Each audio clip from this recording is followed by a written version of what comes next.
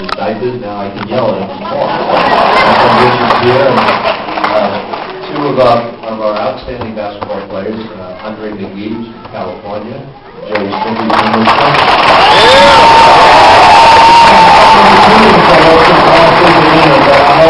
regardless of what new people you have coming in, you really feel good about what you have coming back from last year. That group came so far. You know, I believe I said it was probably the second best recruiting class I've had since I've been in this business, but now after experiencing a year with them, I think it's the best recruiting class I've ever had.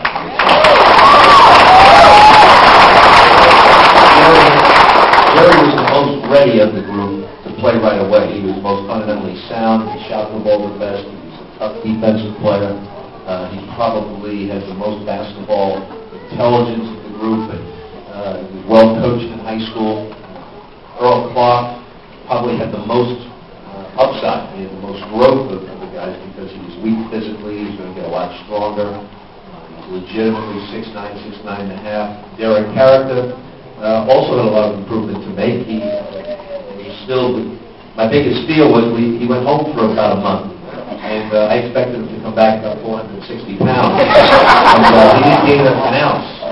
Believe me. Originally, you were going to keep him here, yeah, we threatened him. We're told that if he came back 1 pound more than he's supposed to, there's going to be serious trouble. And Eddie Sosa, point guard, also had an outstanding season. Ended up having a great game. And we've got a very deep basketball team. We have, if you look at our schedule 2 years ago, and when I was here 2 years ago, you saw we were playing teams that you probably never heard of before. And I didn't think too highly of that team because we were very young and inexperienced. Now we open up the season.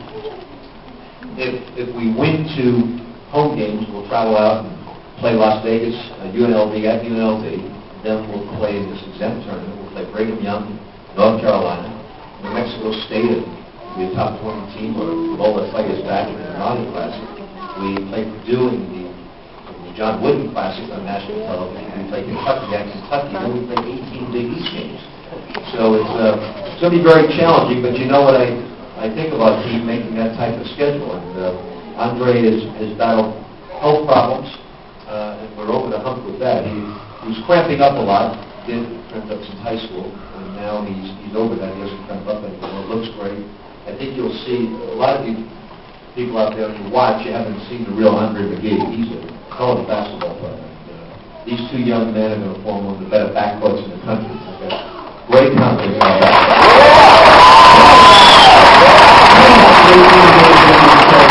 What they weren't going to play this year, and that's what everybody's going to play. There's no choice. Well, what a grind that's going to be. The Big East is not a conference. It's a corporation. It's trivia questions. Can you name all the Big East teams? And most coaches get it wrong. And, you know, it's something that we had to do because of football. I mean, football right now, and Tom was, you know, he made me do everything possible and trying to talk to the Big East people at the time. And when I did call them and look, they have an opening, and they said, we're never going to have an opening. Tom knew something that they didn't know. And so they did have some openings, and it was a brilliant move because now football can go to the Orange Bowl, win it, play for the national championship, and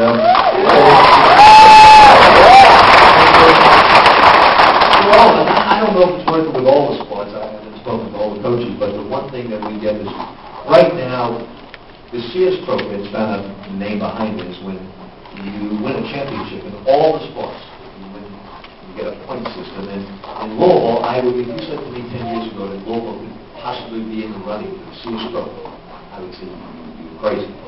Now we legitimately can. We have an unbelievable golf program, unbelievable women's softball, now women's lacrosse, women's volleyball, women's basketball, men's sports are just off the charts. And you know, it's not so often that you see this many top 10 programs. And I'm so excited to watch the football team this year because it's our backup quarterback is better than 90% of the quarterbacks in the nation.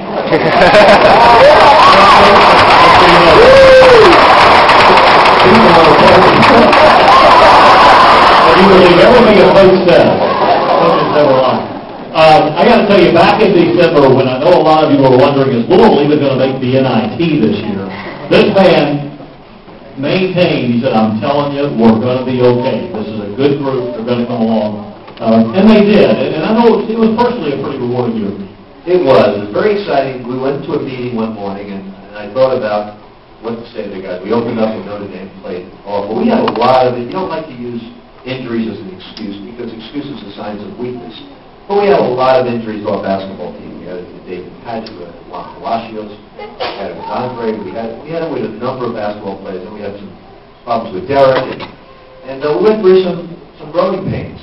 And then we showed up one afternoon at a meeting, and I told the guys that this is the greatest opportunity of a lifetime, because if we were playing South Florida or Seton Hall on the road, we'd have no chance to make the NCAA. I said, we're going to play Pittsburgh, number 3 ranked team in the country, Marquette, number 11 ranked team in the country, on the road. If we win those 2 games, we'll be now pictured to get back in the top 20, back in the NCAA hunt, and then we went on a great run. And we played some of our best basketball at the right time, and our guys experienced the NCAA. It was great playing just for our fans 80 miles down the road, and we had probably one of the greatest crowds in the history of NCAA basketball for one team. And so that's something that we're very proud of, that run that we made late in the season.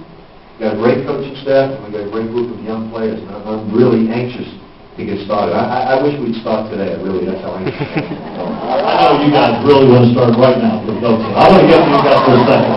Coach Pitino talked about that string where Louisville, as everybody remembers, went to Pittsburgh, went to Marquette, huge games, huge shot by this fellow. Does anybody remember that? Yeah!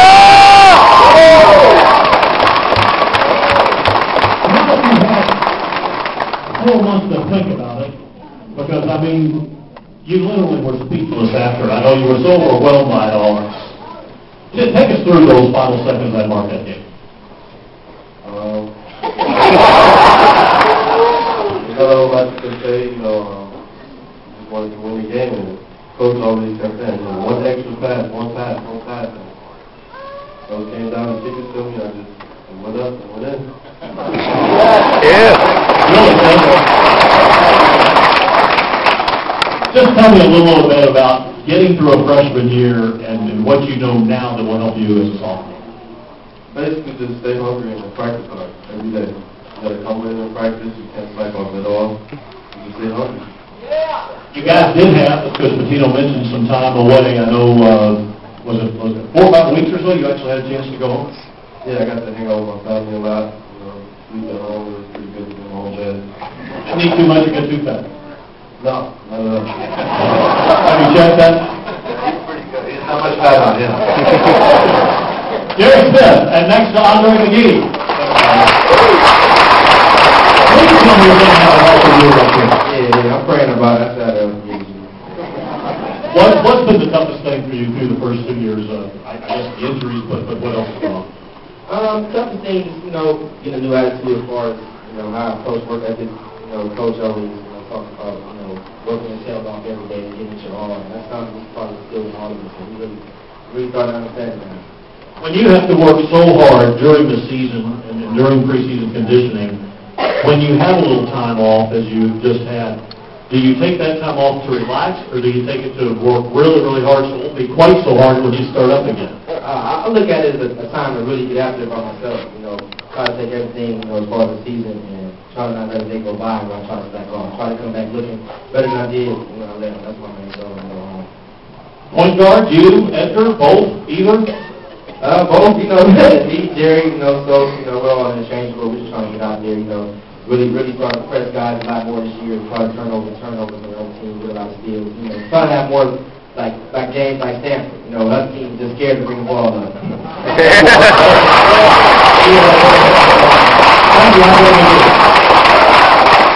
And that's to Richard Pitino, who Coach introduced to you a moment ago, the guy who had a chance to grow up and move away and still just couldn't stand it. He had to come back. He must be a glut for punishment. I am. I'm excited to be back, though. It's good to be back with the family and back in Louisville.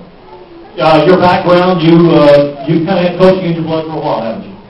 Yes, I was an assistant coach for a high school and college in Rhode Island, and then I worked as a student assistant for the Providence College when I was there in college, and after that, I was administrative assistant for 2 months at the College of Charleston. Then I went to Northeastern as an assistant coach, then Duquesne, and now I'm here. When this position opened up, and you were just hired back in, what was it, April? Or when it was, did you really have to push for it, or did he call you and say, I want some help? How'd that work? Yeah, I don't even think he asked me. I think he kind of told me, yeah, you And now you know how things work in the Pitino family. Thank you to all the basketball guys.